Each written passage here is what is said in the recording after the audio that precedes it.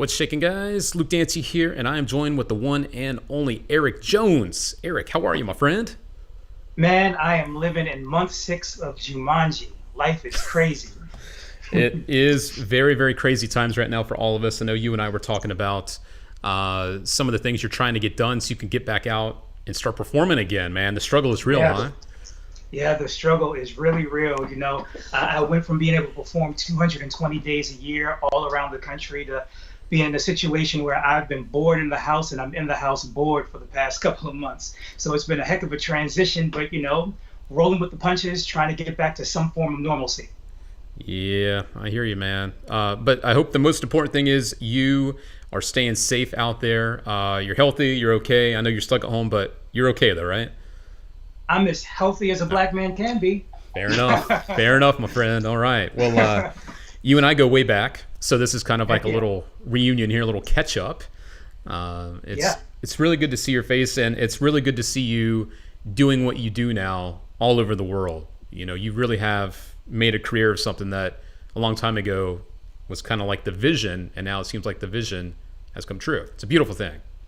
Well, I think that's been the situation for both of us. We both have had a really long, Yeah, exhaustive journey in the magic arena. true. You're from North Carolina, I'm from Virginia, and we both had very humble beginnings, and we just kept pushing forward until we found what worked, and we stuck with it, stayed in our lane, and me personally, I've been recently able to find a little bit of success, after AGT, but Yeah. it's still a grind, it's still a hustle.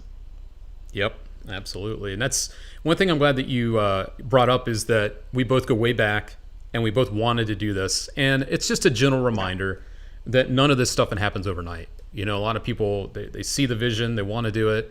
And they think now with the internet and social media, it's kind of like a shortcut to success.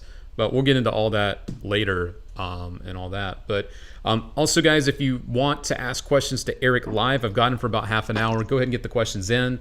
Anything goes. Just be nice, of course. Of course, we've got people all over the world, so it's always fun. We got people here. There's Timo coming in from Finland, of all places. Finland, I love Finland, Finland. nice. Yeah, dude, that's cool. Ellis Cohen says, Eric, hope to see you next year in Daytona, maybe. I know that they have the convention down there. Yeah, I Yeah, was supposed to be there this year. Unfortunately, get canceled due to COVID. yeah. Well, I should say rescheduled due Yep, to COVID. yep. So they're gonna have it next year, and I hope to be there as well. Sounds good. Sounds good. Jeffrey Tam, giving you some love. I know you two worked on some TV stuff together. Yes, yes. Jeffrey in the building. I love you, man. How's everything? Tell Pia hello for me. He's awesome, dude. Matthew Paul just picked up Sucker Punch. I'm sure you being in the trailer helped with that. Oh, I love, yeah, okay, yeah. The Sucker Punch is a really cool thing. I hope they put out a 2.0 because I'd love to work with them again on that. Yeah, dude. Some of the stuff you can do with that set is just crazy. Crazy. Um, Here's a good question from Frankie. It's a good way to kick it off and get to know you better here. Why did you choose, Coin Magic? Out of everything we have in this industry, why did you choose to make that your thing? Well, Frankie, first, thank you so much for the question. The truth of the matter is, when I was first learning coin magic, the very first piece of magic that I saw face to face was in a magic shop in Richmond, Virginia called Divine Magic and Novelties. Look it up. It's a beautiful shop, still in operation. We don't have many brick and mortar shops left available in the world. The guy behind the counter was a guy named Hun Wu, and he showed me a trick with a little dime, a little penny, and a jelly jar. And it fooled me completely. But I was a broke kid at the time, didn't have any money on me when I walked into the place, so I didn't buy anything. I went home and I tried to recreate the trick that I saw by putting dimes and pennies between my fingers and dropping them into the jelly jar in different ways to try to create or recreate the magic. When I went back in, I showed him what I'd come up with, and he laughed at me pretty much. Then he showed me the actual method behind the trick, and I was mind blown. I had no idea what a gaffed coin was. So I had a few dollars, so I bought that trick. I also bought a book called Bobo's Modern Coin Magic, and I also bought a video by Michael Lamar called The Complete Introduction to Coin Magic. Only because I wanted to find out more about what coin magic was about. As I continued my journey, I picked up a book by Edwin Sachs called Sleight of Hand. And in that book, he outlays a path for how to study magic, what he feels to be the right way. He says you should begin doing coin magic. That way you can learn how to hold out comfortably so that your body language doesn't tell that you're holding out. Then you learn card magic. That way you can learn how to communicate with the audience and how to tell a story. And then from that point, you can branch out into mentalism, to stand-up magic, or into grand illusion, depending on what you want to do and how you want to go from there. So I've kind of taken the Sachs sleight of hand approach in that I spent about 10 years solely focused on coin magic.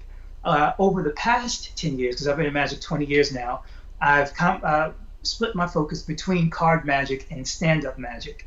I really haven't really delved into mentalism as much as I would like, but that is for the next 20 years, between that and the grand illusion magic. So yeah, I got started because Edwin Sachs told me to. Nice. That's a short answer. Speaking of grand illusion, I did notice that when you were popping up on this show, Eric Jones, America's Got Talent, you actually started to dabble with some of the bigger stuff. At one point, you were doing a bigger size illusion, which was pretty cool to see. It was a nightmare, is what it was. God. All right. So when you apply to go into a show like America's Got Talent, yes, they want to see what you're capable of, but they also want to push you to the limits. And when I say push you to the limits, they tell you no a lot. Got it. I had a few acts that I thought would have been good, that were in my wheelhouse, in my comfort zone, that I thought would have been good, that would have carried me to the finals if I made it to the finals. Got it. And what happened is they started looking at the pieces of magic that I'd chosen, and they said, nope, you can't do that. Someone's done that, something that looks like that before. Nope, you can't put that inside of another object. That's already been done before. Nope, you can't make yourself disappear because that's been done before.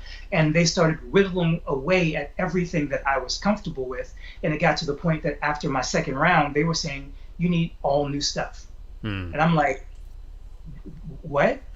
What do you mean I need all new stuff? Like, I've been doing this magic 15 years. It's what I'm the most comfortable with. I know how to concentrate on the performance of this piece of magic so that I can be on autopilot with the magic, because I need to focus on the judges. I need to focus on the live audience. I need to focus on the people who are watching at home. And they're like, nope, you gotta, we don't want to see anything that we've seen before.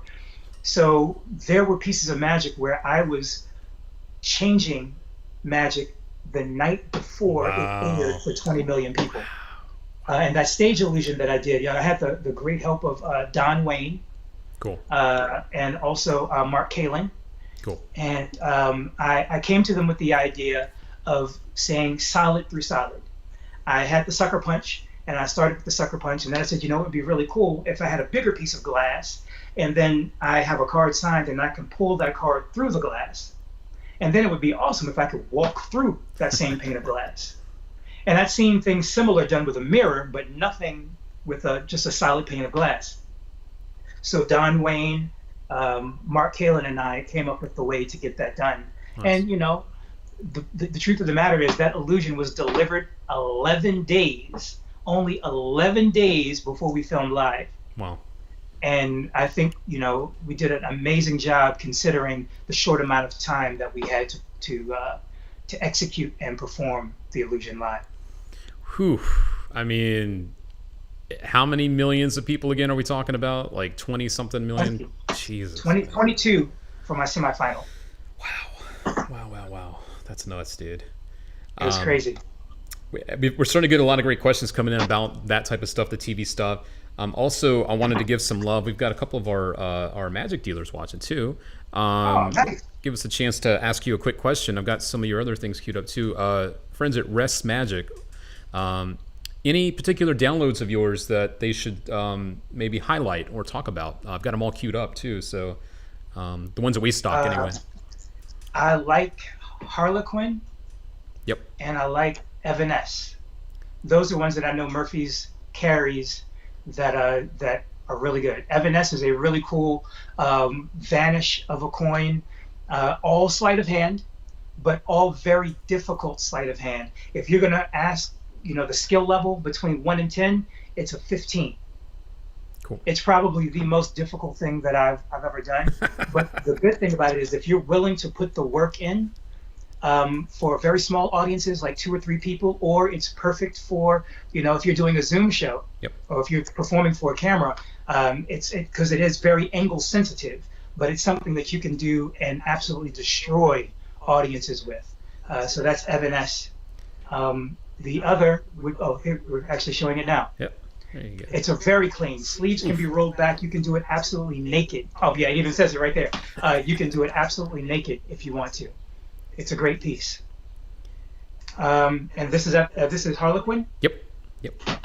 Yeah, so Harlequin is something that I came up with about 10 years ago, and I wanted to change the way that I was thinking about magic. I wanted to work a piece of magic backwards. I wanted to start with the ending and figure out how do I get to this point from there. So you'll see what the ending is in a minute, but in this effect, you pretty much have any card selected, you show it to the audience, you place it into the center of the deck, and then you produce a couple of cards to help them find it. I think it's 2 jokers. So once the card is lost in the pack, as you see here, you've got the 2 jokers on top of the pack, and then I use an old technique that I came up with years ago called the Ishkibable sandwich, where you produce the selected card. You then can hand that card out to be examined, and then what happens from there is you place the selected card right in between those 2 jokers, and some magic, really interesting magic happens. As you see, the queen goes in between, and then the queen changes, I believe, into a 10, which is a weird thing.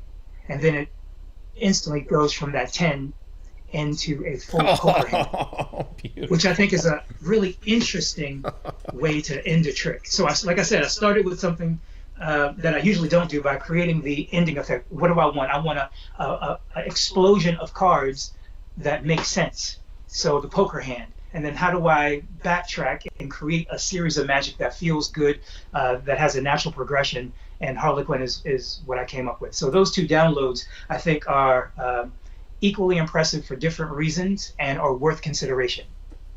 Absolutely. And speaking of downloads, I want to let the guys watching now, too, that if you don't already have Eric's At the Table lecture, we're offering that as a giveaway today. I know you guys are stuck at home. Wow. Okay, cool. So that is something else of Eric's that you can pick up. But all you guys need to do to enter to win that, and I offered that as well to our friends yesterday during my catch-up video, just drop a like and comment on this video, and I'll go through, and a couple hours after this is over, I will go in and I'll pick at least one winner, maybe more. And if you already have the At the Table lecture, one of the downloads we just talked about, you can pick from those if you don't have one of those either. So we want to take care of you guys during these weird times too, give you something to learn and work on while you're still kind of stuck at home. So yeah. That's awesome. I love that.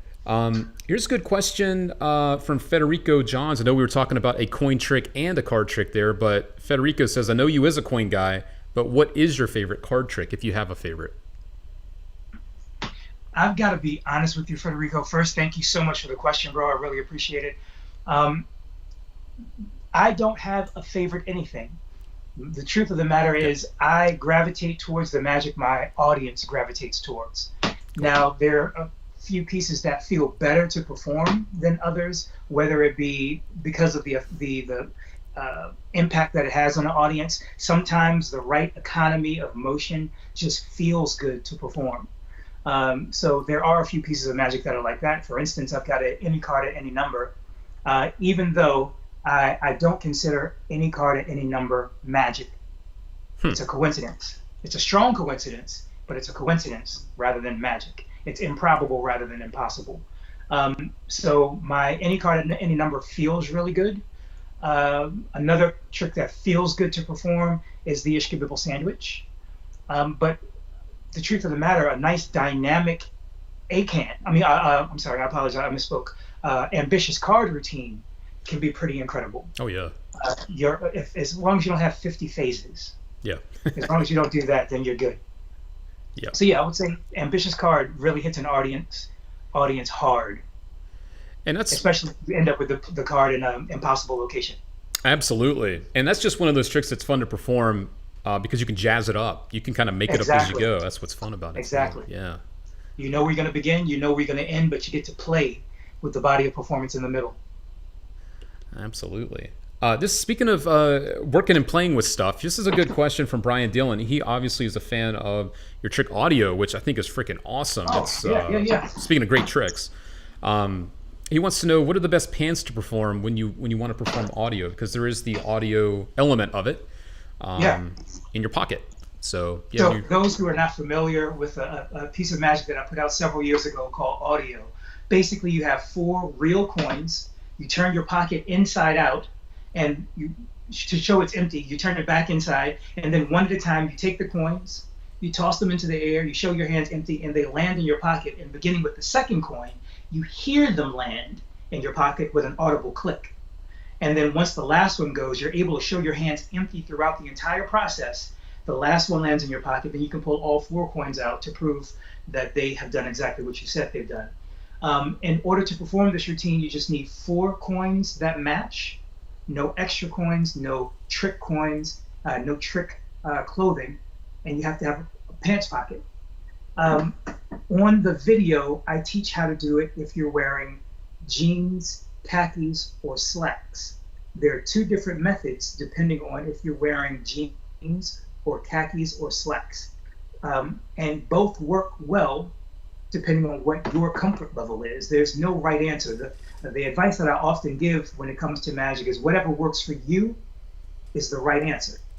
But I will say that since I put that video out years ago, and I put an updated handling out with Illusionist in my Middle 4 DVD, I've also come up with a way that you can do the same routine with a shot glass. So if you're in a loud area where people are talking and silverware is clanking, or other things are going on, there's loud music, your audience can really hear the coin land in the pocket because it actually falls into a shot glass inside of your pocket. Nice, very cool. So, yeah, that's an updated handling. If you wanna talk about that, you can send me a direct message on Facebook, Instagram, Twitter, Snapchat, or send me an email, eric@ericjonesmagic, and I'll be happy to give you a couple of ideas on how you can get started in that process if you already own the project. Very cool of you, my friend. Very cool of you. And that is one thing, Eric is one of the more popular people in our industry, but he's still very approachable, very connected to the industry, and that doesn't always happen. So when it does, we want to make sure that you guys know about it. So, yeah. Here's a good question from Quentin. I know that you have been able to make a living out of this, and basically Quentin would like to know, what are your tips about the start of making magic a living? If you could, would you have started younger? So we'll break that up into 2 questions there. Yeah. That's a really good question. Quentin, thank you so much for that question. Let's start with the second part of the question first. Would I have started younger? My answer is no. The reason I wouldn't have started younger is because I was still learning. I didn't have enough performance experience. I didn't have enough magic knowledge, magic history, and I didn't have enough guidance in magic when I was younger to have started professionally. I remember the first show that I did, nobody told me it shouldn't have been all coin magic for 45 minutes. I didn't have anyone in my corner to say, Eric, that's a bad idea, bro. So I had to learn the hard way that after the 3rd coins across that people didn't care anymore.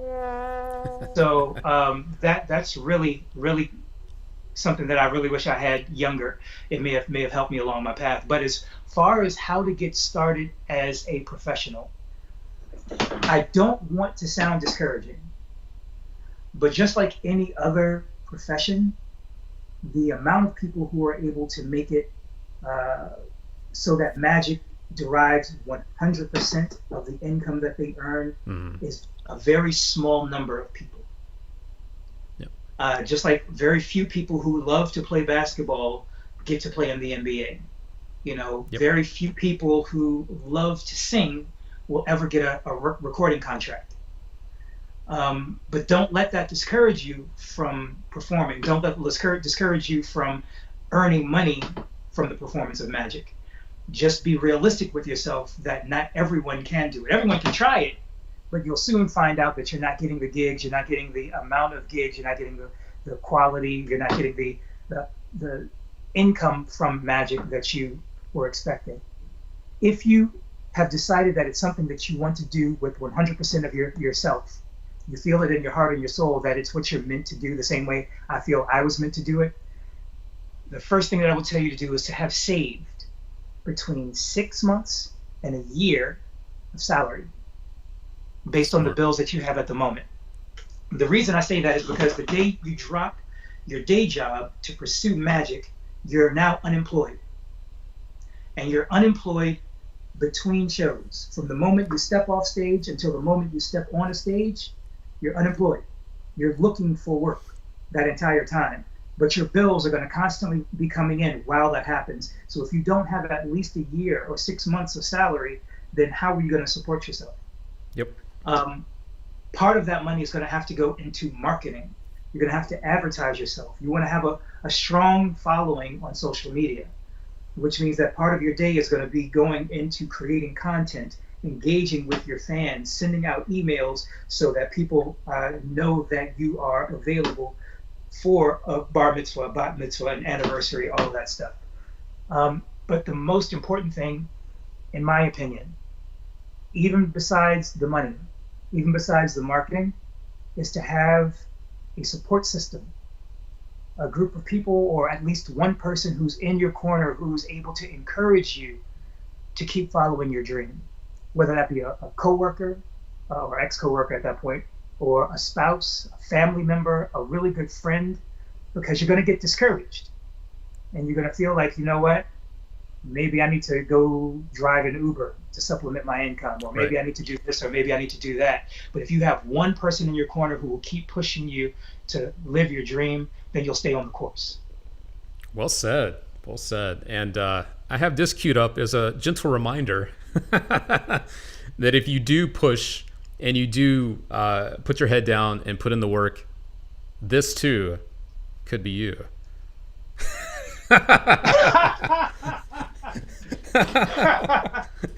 Oh my gosh, that was a good day. Why don't we talk about this good day, Eric Jones? So I got really lucky. I got an opportunity. I got a call from a company called Ignite, which is the biggest cannabis company in the country. They're owned by a person that I consider to be the Hugh Hefner of the cannabis world, a guy by the name of Dan Bilzerian. He is got multiple millions of people on both Instagram, Snapchat, Facebook, Instagram, and he has the biggest live stream on Twitch. Crazy. I was asked to come perform for a show that they put out once a week that features some of the most beautiful women in the world at his compound in the Hollywood Hills, which you can see in the background there. So I got to perform during a 2-hour live stream, maybe 4 or 5 times. And I think, I don't even know what I'm doing here. I'm distracted. But I got to perform some cool, the card out of hair, which always gets a great reaction. A signed card out of a spectator's hair. But yeah, I got to do some amazing magic and got paid to do amazing magic for some of the most beautiful women in the world. And the best part of the performance, I don't know if you have that here, but there's an old illusion that Di Vernon came up with that he called, I think, the lake trick. I know what you're talking about. Yeah. And the idea of the piece of magic is that you have a playing card signed and selected. You put it into the deck of cards, you have the spectator shuffle it, and then you go to a body of water. And then you spring the cards into the body of water. In this instance, it's the pool that we have behind us. And all of the cards end up face down with the exception of the one card that the spectator chose. Is this towards the end of this clip, Eric? I'm sure it is, because that's the last trick. But is it at the end? Because this is like a 10-minute clip. Is it towards the end of this, you think? Actually, it may not be. Okay. Because there were 2 or 3 different clips. Okay. We took a break. They played some games. They brought the guy who tells about all the new types of weed that they sell, and then they brought me back on to do some more magic, and then they did a few more games, and then I came back again for a 3rd time. Okay. Gotcha. And it was in the last. It was the last thing because there was no way to follow it up. And true story. So I have never done the trick that I was just describing before. I had only seen it done once before by Gregory Wilson. Gregory Wilson did it in a lake where he jumped into a freezing lake to find the card. So that was the only video reference that I had to go by. So I thought about the method, thought about how I was going to get everything done. And then I walk over to the pool. The ladies follow me over to the pool. I spring the cards in. As promised, all the cards are face down with the exception of the card that they chose. They freak out. Then we go back and start doing the interview. And then I see people running over to the pool. Uh-oh. When we end the live stream, people are diving into the pool trying to get the cards out. Because what I didn't know, because I'd never done the trick before, and of course it was never told to me, is that if you were to take a card and place it in water, the glue that keeps the face and the back of the card together dissolves in water. It creates like a black ink that was sticking to the bottom of the pool. God. Now, they were trying to scoop the cards out of the pool. The cards were sticking. They had to drain this $2 million pool. Oh my God. Clean it out, and then fill it back up. It cost them about 10 grand to do that. Oh, so I'm like, wow, a card trick just cost you guys 10 grand. It was funny for me, but I was afraid they were gonna come after me for it. But they was like, no, Dan doesn't care. Dan doesn't care. We're tapping in that pool. Trust me. And I believe that. I do believe that. I could only imagine. Let me see if we get. This is more. Nah, okay, I don't see it on here. That's okay. All right, I tried, but that was fun to see you in action. It is with on my the Instagram. ladies. If you scroll down through my Instagram, I do have a performance of it there. So yeah, Eric Jones Magic on Instagram.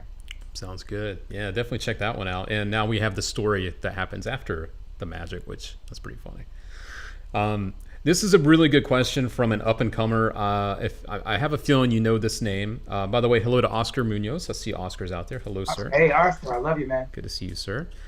There's a young guy that I've had a chance to get to know over the last couple of months here from Singapore named Avi Yap. Oh, yeah. God, Avi's been killing it. His stuff looks so good. And he has a question for you. Over on Facebook, he says, in your opinion, what's the most important thing in coin magic, if there is an important thing, I think the most important thing to know about coin magic is an extension of something that, a magician like Di Vernon used to say. He said, be natural. Mm-hmm. I would expand that a little bit to say that you have to do what's natural for you. When I first got started, I was learning magic from David Roth, from Curtis Cam, from David Stone, Michael Rubenstein, and a slew of others. Mm-hmm. Each of these gentlemen have a very distinct style, but no one had a style that I gravitated towards more than David Stone. He was very animated in his approach, very scripted, very methodical, but everything felt natural. And then when I took that performance style and added it to another gesticulated performer like Gary Kurtz, I learned a lot more. So I feel like the way to make coin magic feel natural is to look at how your body moves and how you react to things that you see in the world naturally, how your hands move, how you hold your hands. Like, very rarely in nature do you see anyone who does this. Sure. Ever. So why do we add this into our coin magic? The only way that this becomes natural is if you're holding something at your fingertips. That's the only way that it becomes natural. So study yourself. Understand why you do things, why they feel natural for you, and then make your coin magic emulate those actions so that because here's what happened. When you perform for someone, you're learning about them as an audience, but they are also learning about you. True. As you perform, they're learning how you hold out, even though they don't know you're holding out, but they can sense tension. They can sense that you're showing guilt in certain situations. So as they learn more about you, they're more likely to catch you. So if you study yourself and you slowly start to get rid of the habits that allow you to prevent you rather from telegraphing your sleights, then your audience is going to be a lot less likely to catch you. So just make sure, again, that you focus on what is natural for you, and that's probably the best advice I can give for the successful performance of coin magic. Very good. I hope Appreciate you. that wasn't too lengthy. Appreciate you, Eric. That's, I mean, people look up to you when it comes to that in particular. I mean, obviously, all of I call you a smooth operator because pretty much anything you touch has that Eric Jones touch. I mean, it just looks so smooth. And you've done that for a really long time. And it's no accident. You've put in the work to make it look effortless. So, yeah. Well, I think the reason, first off, everyone should have a definition of what magic is. Well said. And it should be something that is a personal observation of magic. And that's something that I learned from Garrett Thomas. He says you have to create your own. And you don't have to share it with anyone because it's just like, your relationship with your God. You don't have to prove it to anyone. As long as you have it, you own it. So everyone should have their own idea of what magic is. Once you have that idea, then you can start setting parameters for what magic should look like to you. My good friend John Armstrong always discusses putting limitations on magic.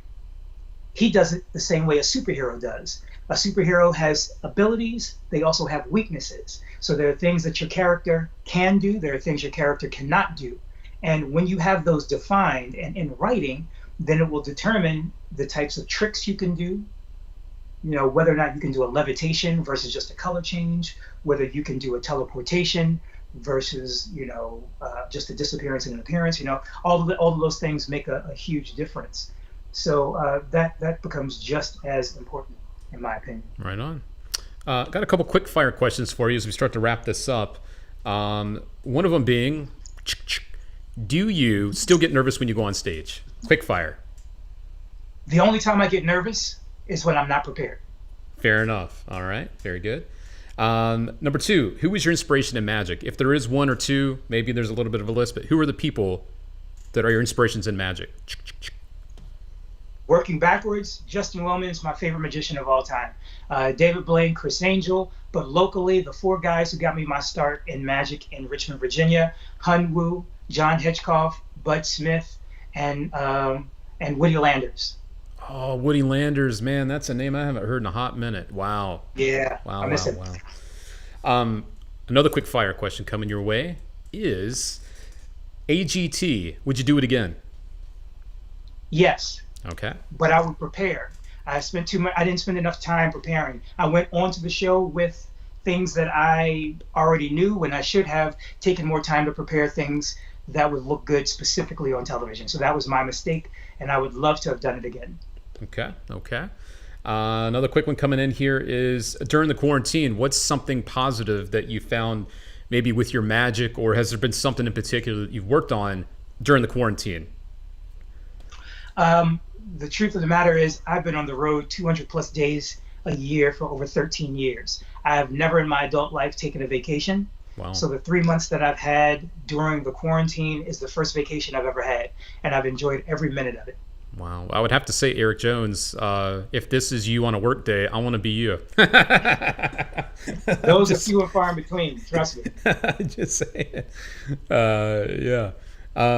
Let me look through a couple more of these real quick. I want to make sure I get to as many as I can. Sure. Let's see. John Shackelford had a good question about... Hey, John. What was... And that was actually his question, too, about that one. But it was, when it comes to you marketing yourself, as a magician, do you market yourself as a brand, or do you market to brands?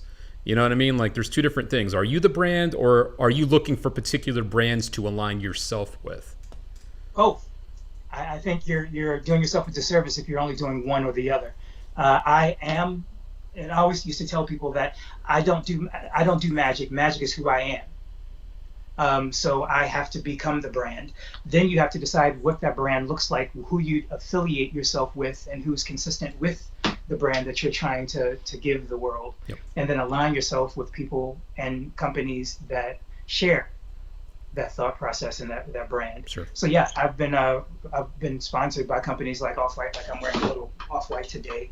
But I'm trying to align myself with companies like people that you see behind me, like the Cause brand, like Juice Gase, like de Guzman, Alex de Guzman, Hebrew Brantley. These are street artists that I admire, that I support, and I'd love to find a way to align myself with them. Cool. Well, hoping that my brand is in keeping with theirs. Yeah, makes sense. Makes total sense. Another quick one coming in from my buddy Ron Jackson. Action Jackson's out here. Oh, I love Ron. What was the fullest experience like? And I know that one might not be a super quick answer, but it's kind of hard not to ask you that because obviously you crushed it on there. I wouldn't say crushed it. I got lucky. What do you mean by wait? What do you mean by that? What do you mean by lucky? I didn't expect to fool it. I went onto the show looking to get just a quick piece of television that I could use to raise my rates. Got it. And it ended up being a situation where I was surprised that they didn't know what turtles. Well, they knew it. They knew a turtle, but the the flying turtle, yeah, something like that. So I didn't expect it. I was a little concerned, but and I heard a story since then that Penn knew what it was, but he deferred to Teller's judgment because Teller says that particular coin doesn't work that way. So Penn said right out that I think it's this, and Teller told him no, and that's how they went down that whole turtle path, because Penn was like, okay, well, it seems like it would be this thing, but if Teller says it's not, he's the more knowledgeable magician. So I always tell people that I fooled Teller, I didn't fool Penn. But the entire experience overall was incredible. They're very professional. The entire staff was terrific. I couldn't have asked for anything more. Out of all the television that I've done, it was probably my favorite experience. Nice. Very cool. All right. And you've done a lot of TV, for what it's worth. You've done a lot. Unfortunately, yeah. In a bunch of countries. Yeah, for sure. Two more questions here. I'll get two more as we start to get to the 40-minute mark here. Kieran Fry wants to know, what's a good place to start in coin magic? If they're a beginner and they want to be Eric Jones one day, or just study coin magic, maybe just as a hobby, what's a good place to start? I'm biased. Sure. I started off with a book called Bobo's Modern Coin Magic. You can get it for like $10 at Barnes & Noble or from Amazon. But it's antiquated. A lot of the moves that are described in it, you should not be using today to try to fool an audience at all.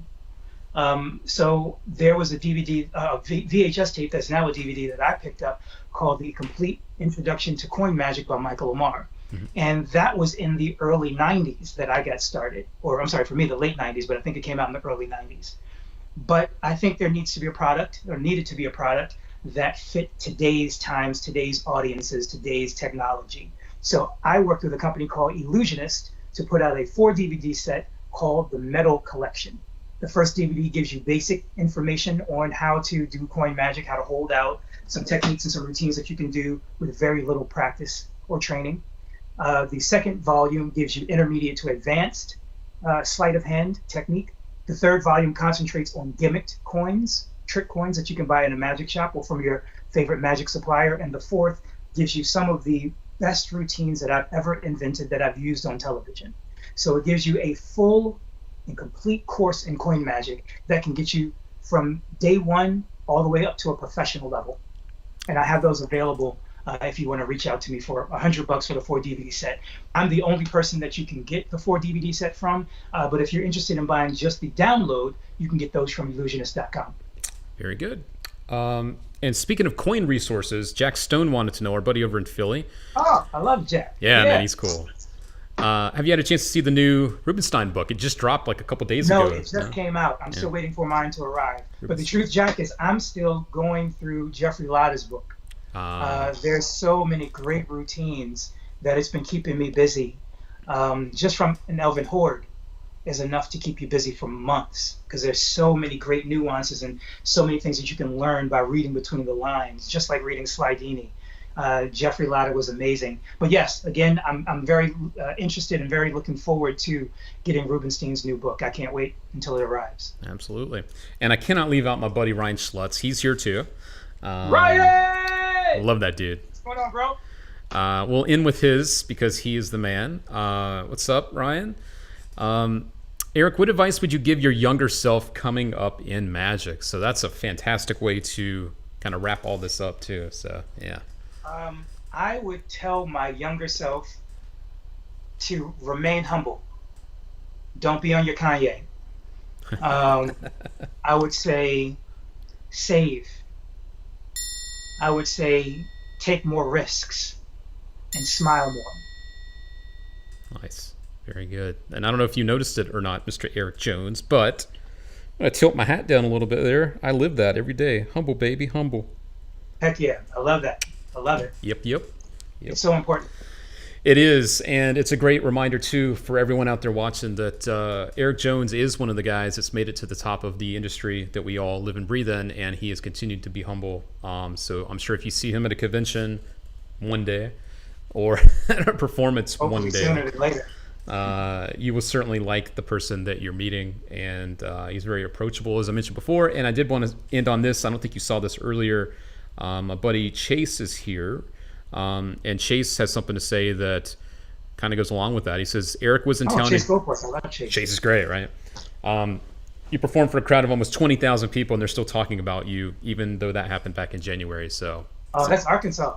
I did it I went to the Arkansas Razorbacks and performed at a halftime show. And I didn't do anything special. I only had like 4 minutes. So I did a trick where I borrow a ring from an audience member, make it vanish, and it ends up inside of an impossible object that's been sitting on the mid court the entire time, and the audience had a great time. It was a lot of fun, but it's just a testament to how strong good close-up magic can be in front of a large audience, 20,000 people at a game. It was a good time. Yeah, well said. And also just a testament to it's about the person, not just the tricks. You know, if you connect those two things, you got it made. The audience, you got it. And speaking of good people, got to give a shout out to this guy. Paul Cummins is watching as well. He says hello to both of us. I love Paul. Good to see you, sir. Up in Smoke is still one of the best videos on Deep Back Palm on the planet. True that. And if you guys want to not see a great side still, you should see Paul Cummins, because you will not see it coming. Yeah. Well, Eric Jones, thank you so much for hanging out with me. Please stay safe over there, and hopefully we can all get back to things as normal as they can be after all this. Thank you. Thank you. Appreciate the time, obviously, and it's super cool to see you out there living the dream. I know that it's not always fun and games, but at least you're doing what you love at the end of the day when you're able to. Yeah, that's true. So, Luke, I really want to say, thank you.